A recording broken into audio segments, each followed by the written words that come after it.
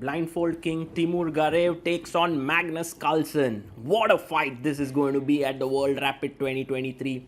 Did you know that Timur Gareyev actually played simultaneously against 48 opponents at one given time? He's an absolute genius on the board, but when it comes to over the board chess, Magnus Carlsen is way stronger than him. Nearly 250 ELO points above him. The players shake their hands and off we go. Magnus, what is his first move going to be? Oh, the clock has now started. E4 is on the board. Timur plays E5. Knight comes out to F3 and knight to C6. Bishop B5 played. This is the Ruy Lopez. A6. Bishop comes back to A4 and now D6. This is slightly less popular than knight F6 move, but Magnus doesn't flinch. He castles and now plays his pawn to C3 in order to play D4, and we have G5 on the board.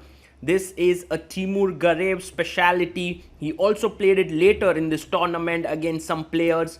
He's using his kingside pawns to gain space and push back Carlsen's pieces, but in return he is neglecting his development and creating weak spots.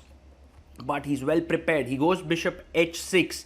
Now Magnus brings his queen up to E2, defending the bishop. And Timur brings his queen. You can see the pressure on the D4 point is rising. Magnus now takes the pawn. He says that black, your king is in the center and I'm going to open up the center. Well, Timur Gareyev can now long castle. The knight is coming to C5, which is a juicy square. He plays knight E7 and actually Magnus can now jump in with his knight. But he first goes knight D2. Calm move. That's okay. Finishing his development, he goes knight to G6 and the knight is angling to come on the F4 square. Magnus now plays his knight to C5. Timur brings his bishop back. Not a happy move to make. You could have long castled here, but he preferred to bring his bishop back. Rook comes to D1, centralizing, and the knight jumps in. Can Magnus pick up that knight? Yes, he does. He takes it. You can't take with the pawn because of E5 and knight E4, so he takes with the bishop now. But this means that Magnus's position has stabilized a bit. He brings his knight back, putting pressure on the bishop here on F4. Timur Gareyev decides to play it safe. He short castles, but the king on G8 is exposed. Now look at what Magnus does. He first pushes the bishop back. The bishop has to move. It goes back to H6, and now what do? F4. What a move, opening up this rook. G takes F3 is a mistake because after knight takes, you can see the rook has opened up. F5 square is weak. Knight is coming to H4. This is all getting very dangerous. Timur continues with bishop G4, pinning the knight. Magnus moves his queen away to the side.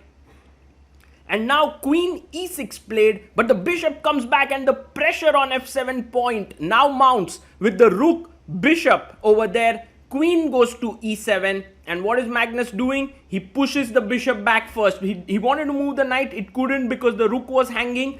And now once the bishop is moved, knight H4, looking at the F5 square so methodically. Magnus has started to take advantage of the pawn pushes that were made in the opening. You can see how Magnus Carlsen punishes Timur Gareyev for things which he did 10-15 moves ago. Now queen G5 played. Knight jumps into F5. A powerful knight. Bishop goes back to B6. And white now plays his pawn to H4. Asking the queen to leave from here. You can't go to G4. There is knight H6 check, which is a fork. And so he plays queen to F6. Queen goes to E2 now, hitting the pawn on H5. Queen H8 played, defending the pawn. And now G4. Magnus is simply opening up things here. If pawn takes, queen will take it. Then a check and the rook would join in. So he plays queen H7. And how is Magnus going to finish it? He goes G5. You can literally sense Magnus knows this is winning for him, but he just needs to finish it off. He plays knight H6, blocking the queen from defending this pawn, now attacking here. And Timur Gareyev is going low on time. He has only 4, 3, 2. He makes bishop takes B3 move. Magnus can actually Well, he thinks for a bit, but then takes back the bishop. That's the most natural move. f6 played, and now he takes the pawn.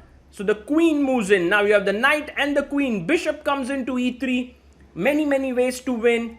The most natural one is to attack the bishop with rook f3. He goes rook d e1, which is also a very strong move. Gareyev takes here. Whoa, is that some kind of a good move or it's a blunder? Because the bishop is hanging. Yes, you can't take here because the rook is hanging, but Magnus first takes the rook. Rook takes, and now can he simply not take the bishop? He takes it. And Timur Gareyev resigns. What a resounding win for Magnus Carlsen. And just like that, he has dispatched his opponent's ambitious play out of the opening. You need to develop your pieces. You need to have your king safe. And Magnus Carlsen showed it how one can actually take advantage of this fact by playing logical moves in the center. A lot to learn from this game from the world's best player.